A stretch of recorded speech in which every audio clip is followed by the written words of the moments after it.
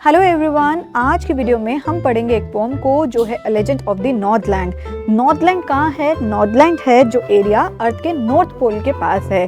और लेजेंड का मतलब होता है एक बहुत ही पुरानी सी स्टोरी। तो अ लेजेंड ऑफ नॉर्थलैंड एक बैलेड फॉर्म में लिखी गई है, यानी कि एक स्टोरी को हमने पोम के फॉर्मेट में देखना है। तो इंटरेस्टिंग लग रहा है, तो आइए पूरी वीडियो को देख लेते हैं और पढ़ते हैं सेंट पीटर और एक स्मॉल लेडी के बारे में, जो कहानी हमारे को बहुत ज्यादा सीख देने वाली है। Hello everyone, welcome to science and fun class 9th and 10th YouTube channel. मेरा नाम है रुबैना तलवार और आज हम पढ़ने जा रहे हैं एक पोम को जो है a legend of the Northland.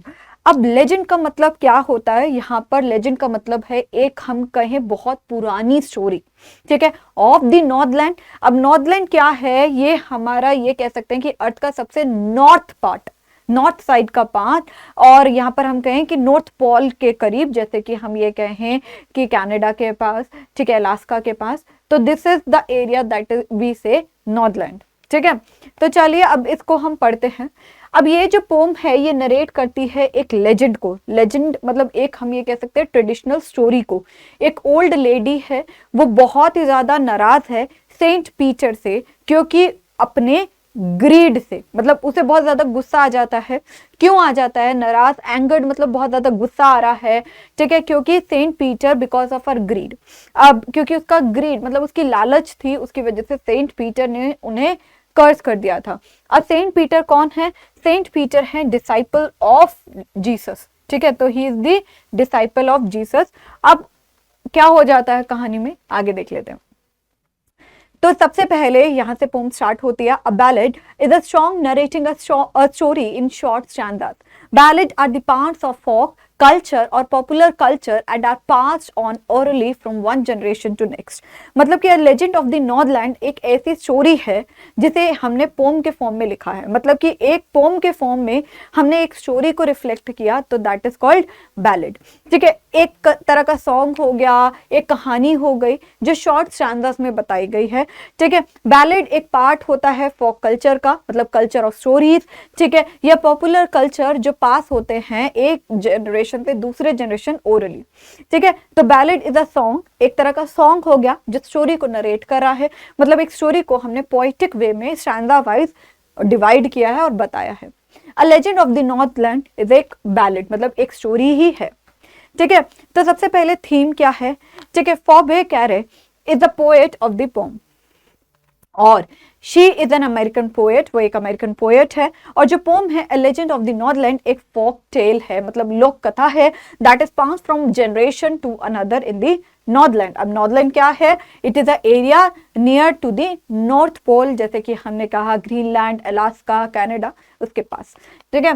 तो इट इज अ स्टोरी, ये एक स्टोरी है जो रिवॉल्व करती है सेंट पीटर के अराउंड और एक लिटिल वुमेन जिसकी हाइट छोटी सी है, और उसे सेंट पीटर जो है वो पनिश करते हैं क्योंकि वो बहुत ज्यादा सेल्फिशनेस, मतलब उसके अंदर बहुत ज्यादा स्वार्थ छिपा है। A legend teaches us not to be greedy, ये हमें सिखाता है कि ग्रीडी नहीं बनना है, और that we should possess the quality of kindness and empathy, कि हमारे अंदर जो क्वालिटी है वो दयालुता की आनी चाहिए, और एम्पैथी मतलब हमदर्दी की भी आनी चाहिए, ठीक है। तो चलिए अब यहाँ से हमारी जो स्टोरी है बैलेड फॉर्म में वो स्टार्ट हो जाती है। देखिए, away away in the Northland where the hours of the days are few and the nights are so long in the winter that they cannot sleep them through।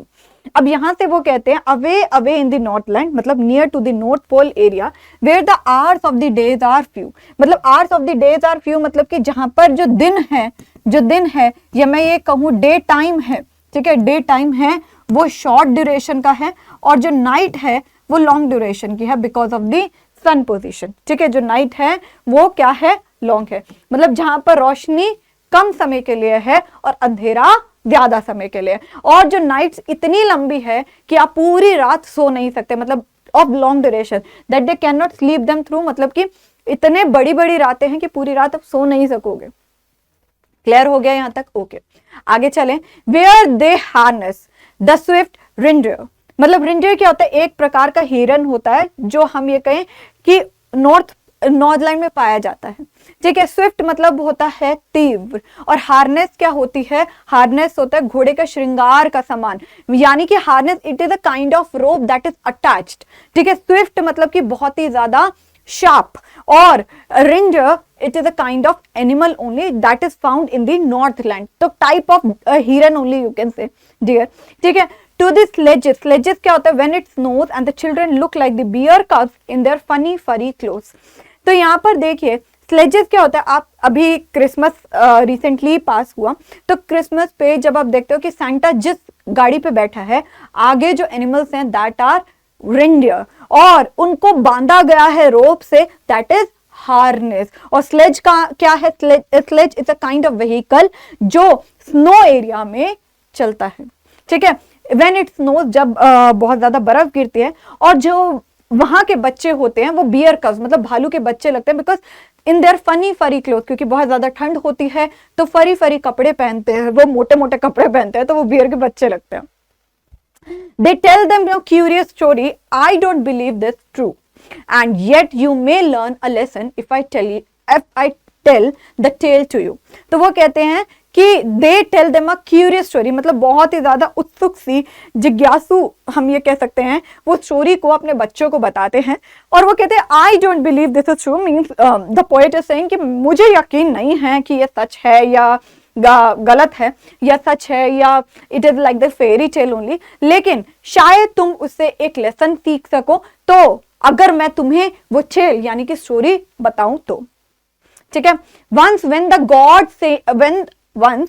the good Saint Peter lived in the world below and walked about it preaching just as he did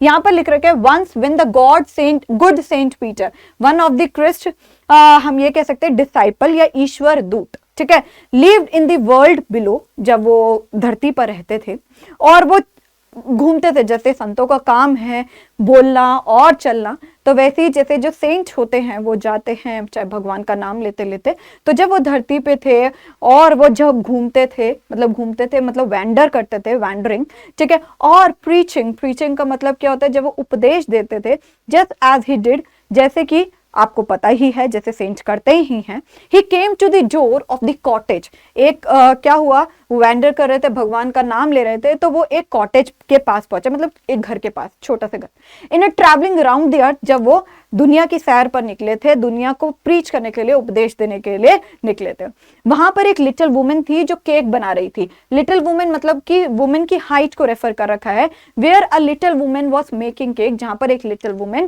cake बना रही थी, and baking them on the earth, और मतलब भट्टी पे, furnace पर वो उसे bake भी कर रही थी, ठीक है।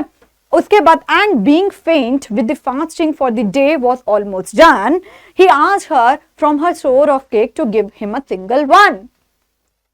अब यहाँ पर बोल रखा है कि उनका ना पूरा दिन फास्ट था, व्रत था, ठीक है, तो अब ना बहुत ज्यादा फेंटनेस आ रही थी सेंट पीटर में, मतलब उनको बेहोशी आ रही थी, तो उन्होंने क्या कहा कि अपने स्टोर में से, मतलब कि अपनी भट्टी में थे, फर्नेस में जो आपका केक का स्टोर है उसमें से एक केक मुझे दे दो खाने के लिए, बिकॉज मुझे फेंटनेस हो रही है, और साथ ही साथ क्या है, मुझे भूख भी लग रही है।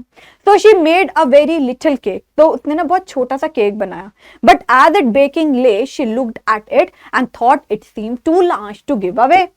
तो यहाँ पर क्या हुआ, उसने छोटा सा केक बनाया, मतलब कि छोटा सा डो बनाकर बेक करा, और जब उसने बेकिंग के लिए रखा, तो आपको पता ही है बेकिंग में क्या होता है, हम यहाँ पर जनरली देखते हैं कि केक जो होता है वो फूलता है, और जैसे ही वो केक फूला तो वो उसका साइज जो था वो बड़ा हो गया, और उसे फिर लगा कि यार ये तो बहुत बड़ा है किसी को देने के लिए केक, है ना। फिर क्या हुआ, therefore she needed another and still a smaller one, but it looked when she turned it over as large as the first had done। अब क्या हुआ, फिर उसने आटे को गूंदा, छोटा सा लोई बनाई, मतलब कि छोटा सा पेड़ा बनाया, ठीक है, पेड़े तो खाते ही होगी, छोटा सा पेड़ा बनाया, और उससे भी ज्यादा छोटा, लेकिन फिर बेक करा तो वो फिर फूला, उसका साइज फिर बड़ा हो गया, फिर उसको लगा यार ये तो बहुत बड़ा है, सेकेंड टाइम हो गया। फिर आगे क्या होता है और देख लेते हैं। Then she took a tiny scrap of dough and rolled it flat, then she baked it thin as a wafer, but she couldn't part with that. अब क्या हुआ, उसने जो स्क्रैप मतलब जो पहले तो पेड़े बना रही थी आटे के, फिर उसके बाद जो बचा होता है ना आटा, उसको उसने क्या करा, पेड़ा बनाया छोटा सा, और उसको ना रोल्ड इट फ्लैट, मतलब कि उसको एक तरह का रोटी की तरह, पापड़ की तरह वेल दिया, और उसके बाद फिर बेक करा, तो वो एक तरह का वेफर, मतलब कि आप खाते हो ना पापड़, एक तरह का पापड़ ही बन गया, या हम ये कहे क्रंची टाइप ही बन गई। लेकिन उसको उसमें भी लालच आ रही थी, तो वो उस क्रंची को भी सेंट पीटर को नहीं दे पा रही थी। So for she said, my cake that seemed too small when I eat of them myself, and yet are yet too large to give away, so she put them on the shelf. तो फिर उसने कहा कि जब मैं cake अपने लिए खाती हूँ, मतलब मैं खुद केक खाती हूँ, तो ये केक मुझे बहुत छोटे दिखते हैं, लेकिन जब मैं केक किसी को देती हूँ तो वो मुझे इतने बड़े लगते हैं, और उसने उस वेफर को ही शेल्फ पर रख दिया। Then good Saint Peter grew angry. फिर जो सेंट पीटर होता है उनको गुस्सा आ गया। For he was hungry and faint, क्योंकि वो भूखे भी थे और उनको बेहोशी हो रही थी और वो ये ड्रामे कर रही थी। And surely such a woman was enough to provoke a saint. और पक्की सी बात है, अगर आप ऐसी हरकतें करोगे तो कोई भी साधु संत होगा, उसे गुस्सा तो आएगा ही। तो वो उसके गुस्से को और उकसा रही थी, मतलब ये हरकतें करके, कोई भूखा है, कोई आपसे मांग रहा है और आप ऐसे नखरे करोगे तो उसको गुस्सा तो आएगा ही ना, उसको उकसाओगे कि हाँ वो तुम्हें कर्ज करे, बददुआ ही देगा, ठीक है। And he said, you are far too selfish to dwell in a human form, to have both food and shelter and fire to keep you warm. तो फिर सेंट पीटर कहते हैं कि तुम बहुत ज्यादा मतलबी हो, सेल्फिश हो, और तुम एक इंसान के फॉर्म में, एक इंसान के प्रकार में, ठीक है, बसने के लिए लायक नहीं, तुम इंसान बनने के लायक नहीं हो। इन शॉर्ट, जिसके पास खाना भी है, आसरा भी है, और इतनी ठंड में आग भी जल रही है ताकि तुम गर्म रहो, मतलब कि तुम्हें ठंड ना लगे, स्टिल तुम्हारे अंदर इतनी लालच है। Now you shall build as a bird do and shall get your scanty food by boring and boring and boring all day is hard dry wood. तो उन्होंने यहाँ पर कर्ज कर दिया, श्राप दे दिया। Now you shall build as a bird, मतलब तुम एक तरह की बर्ड बन जाओ, चिड़िया बन जाओ, वुडपेकर बन जाओ। अपने बर्ड्स को देखे ना, बहुत स्कैंटी, बहुत छोटा छोटा खाना मिलता है, बहुत कम कम खाना मिलता है, तो वो कहते हैं अब तुम्हारे को मैं श्राप देता हूं कि तुम एक चिड़िया वुडपेकर बन जाओ, जिसे बहुत छोटा छोटा क्या मिले, खाना मिले। और जैसे वुडपेकर, अगर आप देखो वुड में टक टक टक टक करके अपना छोटा सा घर बनाती है, तो वो यही कह रहे हैं कि तुम भी छिदाई करो, बोरिंग करो, और फिर पूरा दिन तुम मेहनत करो, तब जाकर तुम्हारे को छोटा सा घर मिले। All days hard dry would, और पूरा दिन तुम्हारा मुश्किलों से भरा रहे, क्योंकि ड्राई वुड है तो उसमें छिदाई करने के लिए, उसमें एक होल करने के लिए भी यू नीड मच पावर। तो उन्होंने ये कह दिया, ठीक है। Then up she went through the chimney, जैसे उन्होंने श्राप दिया तो जो वो लिटिल वुमेन थी, घर में जो फर्नेस थी जिसमें केक बेक हो रहा था, उसी की चिमनी से बाहर गई, और कुछ वर्ड उसने नहीं बोला, उड़ के बाहर गई। And out of the top she flew as a woodpecker. तो क्या हुआ कि जैसे ही श्राप दिया तो उनके घर में जो चिमनी जिसपे केक बेक हो रहे थे, तो वो उसने कुछ नहीं कहा, वो उड़ी और बाहर निकली और एक वुड पेकर की तरह वो बन गई। For she change to a bird, और जैसे उन्होंने बोला था वो एक बर्ड बन गई। She had the scarlet cap on her head and was left the same, मतलब उनके जो कैप थी वो रेड कलर की, वो रही, बाकी वो एक बर्ड की तरह चेंज हो गई। And that was left the same but all the rest of her clothes were burned, लेकिन सारे के सारे जो उसके कपड़े थे वो जल गए थे, जैसे कि ब्लैक कलर के हो गए थे कोल में, as coal in the flame, ठीक है। शी हैड द स्कारलेट, मतलब लाल cap on her head, and that was left the same, जो सेम रह गई थी, बाकी पूरे जो कपड़े थे वो जल गए थे, ठीक है, काले हो गए थे, जैसे फ्लेम में कोयला हो जाता है, और वो चेंज हो गई थी वुडपेकर की ओर, ठीक है। And every country school boy has seen her in the wood, मतलब कि जो भी वहां के बच्चे होते थे वो देखते थे उसे कि कैसे she was transformed from a lady to the bird and was sitting on the stem of the tree when she lives in the tree till is a very day, मतलब वो अभी भी वही रहती है, boring and boring for food, और अभी भी वो होल बनाती है, जस्ट छोटे छोटे स्कैंटी फूड के लिए वो भटकती है। तो इसी के साथ हमारी जो अ लेजेंड ऑफ नॉर्थलैंड स्टोरी है, वो जो बैलेट फॉर्म में पोम लिखी थी, वो फिनिश हो गई है। अभी हम पहले एनसीईआरटी क्वेश्चन कर लेते हैं, ठीक है, दीज आर इंपॉर्टेंट, क्योंकि मैं हमेशा हर पोम में करा रही हूँ, ठीक है, पहला क्वेश्चन है विच कंट्री और country do you think the Northland refer. पहली बात तो कहाँ रेफर करते हैं, ठीक है, तो हम ये कहेंगे it is a country in the north where the days are short, जहां पर डेज बहुत शॉर्ट होते हैं और जो रातें होती हैं वो बहुत लंबी होती हैं। Second, what did Saint Peter ask for the old lady for, मतलब सेंट पीटर ने क्या डिमांड करी थी ओल्ड लेडी से, ठीक है। What was the lady reaction, lady का क्या रिएक्शन था।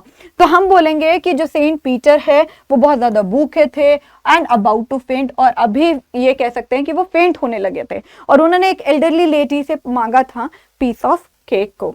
द लेडी बहुत ज्यादा ग्रीडी थी, बहुत ज्यादा लालची थी, और वो केक का साइज रिड्यूस करी जा रही थी, और फाइनली उन्होंने रिफ्यूज कर दिया to give a piece of him because she was too greedy, क्योंकि वो बहुत ज्यादा ग्रीडी थी। Third, how did he punish her, तो कैसे सेंट पीटर ने उन्हें पनिश कर दिया, उन्होंने उसे श्राप दे दिया, कर्ज कर दिया उसकी सेल्फिशनेस की वजह से, ग्रीड की तरह वजह से, and made her a woodpecker, और उन्होंने एक वुड पेकर उसे बना दिया। Question 4, how does the woodpecker get her food, woodpecker को कैसे उसका खाना मिला, ठीक है। The woodpecker bores the hard and dry wood to get it food, और ऐसे उसको खाना मिला, ठीक है। तो question number 5, do you think that the old lady would have been so ungenerous if she had known who Saint Peter really was, क्या आपको लगता है कि जो ओल्ड लेडी है शायद उसका जो बिहेवियर होता, जनरॉसिटी जो उसने दिखाई बहुत ही वाहियात, वो चेंज्ड होती। What would she had done then, तो वो क्या करती, ठीक है। No, she would not have done this, on the contrary she would have given him a large piece of cake to make him happy with the greed to get a good return. Clear हो गया यहाँ तक, चलिए जी। अब 6th question, is this is a true story, क्या ये सच्ची कहानी है। Which part of the pome do you feel is the most important, और कौन सा पार्ट ऐसा है जो आपको लगता है कि वो बहुत ज्यादा इंपॉर्टेंट है। तो मैं ये कह सकती हूँ कि ये सच्ची तो नहीं होगी, तो इमेजिनेटिव होगी, और it is a legend, the third stanza of the pome हम ये कह सकते हैं इंपॉर्टेंट रहा। What is the legend, why is this pome called a legend, तो इसे क्यों बोला जाता है, ठीक है। A legend is a story form of the ancient times about the people and the event. जो टाइटल है इस पोम का ये बताता है that it is a legend. ठीक है, the poet himself says that I don't believe it is true. तो पोएट ने खुद भी कहा था कि यार मैं तो यकीन नहीं करता कि ये सच्ची होगी। 8th आता है right a story of a legend of the Northland in about 10 sentences. तो आपको एक तरह का समरी बतानी है 10 सेंटेंसेस में, इंपॉर्टेंट अगर आपको डाउट आए तो, ठीक है। The poem tell the story of a old lady, एक ओल्ड लेडी के बारे में। सेंट पीटर जो हैं वो बहुत ज्यादा वीक होते हैं as a result of fasting और ट्रैवल, और वो उससे मांगते हैं क्या, खाना। तो जो ग्रीड होता है वो उसे रोक देता है, उससे किसे, लेडी को रोक देता है कि भाई for giving him anything, so he grows enraged and transform her into a woodpecker who eats hard dry wood, जो खाती है हार्ड ड्राई वुड, और वो भी काट के वुड पेकर वुड को काटती है, खाने की कोशिश करती है, और फिर जाकर छोटा सा घर बनाती है, ठीक है। तो सेकंड का है let us look the words at the end of the second and the fourth line, snows, cloth, true and you, below and no. We find that snows rhymes with the cloth, true rhymes with you and below rhyme with no. Find more rhyming word, तो और rhyming words आपको बताने हैं। Earth, done one, lay away, another over, flat that, faint saint, form warm, wood, food wood, same flame। तो ये थोड़े से sound same कर रहे हैं। तो अब हम थोड़े से प्रीवियस ईयर क्वेश्चंस कर लेते हैं, ठीक है। तो आपको प्रीवियस ईयर क्वेश्चंस भी आ जाएंगे। तो what is a legend, why it is called legend. तो लेजेंड क्या होता है, एक ओल्ड स्टोरी होती है एशियन टाइम्स की, ये रिपीटेड क्वेश्चन है एनसीईआरटी का ही, which may not always be true, और जो पीपल होते हैं वो बताते हैं इस फेमस इवेंट के बारे में या पर्सन के बारे में। A legend often teaches a lesson, ये जो पोम है इसे लेजेंड कहा जाता है क्योंकि ये बताती है एक ओल्ड स्टोरी नॉर्थलैंड की।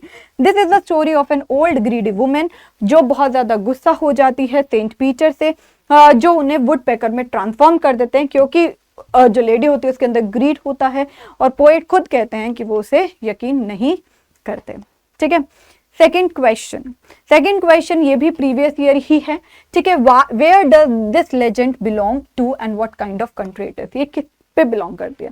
The legend belongs to the northland, an area that could refer to anything of extremely cold countries in the earth north polar region such as Greenland, ठीक है, northland region of Russia, Siberia, ठीक है, और countries जैसे कि होगी Denmark, Norway, Sweden, Iceland, Finland, और cold place where days are short और नाइट्स जो होती हैं वो लंबी होती हैं।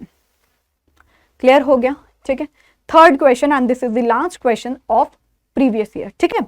तो why does the poet say that hours of the day are few, तो पोएट ने ऐसा क्यों कहा था कि जो दिन के आवर्स हैं, घंटे हैं, वो कम हैं, ठीक है। तो यहाँ पर बोलेंगे in the poem the poet से जो लेजेंड है इज टोल्ड नॉर्थलैंड, तो नॉर्थलैंड एक कोल्ड स्नो कवर्ड रीजन होता है, वो भी नॉर्थ पोल के करीब, और here the days are shorter and the nights are longer, और as a result there are very few hours in a day, और एज अ रिजल्ट बहुत कम आवर्स होते हैं दिन में, ठीक है।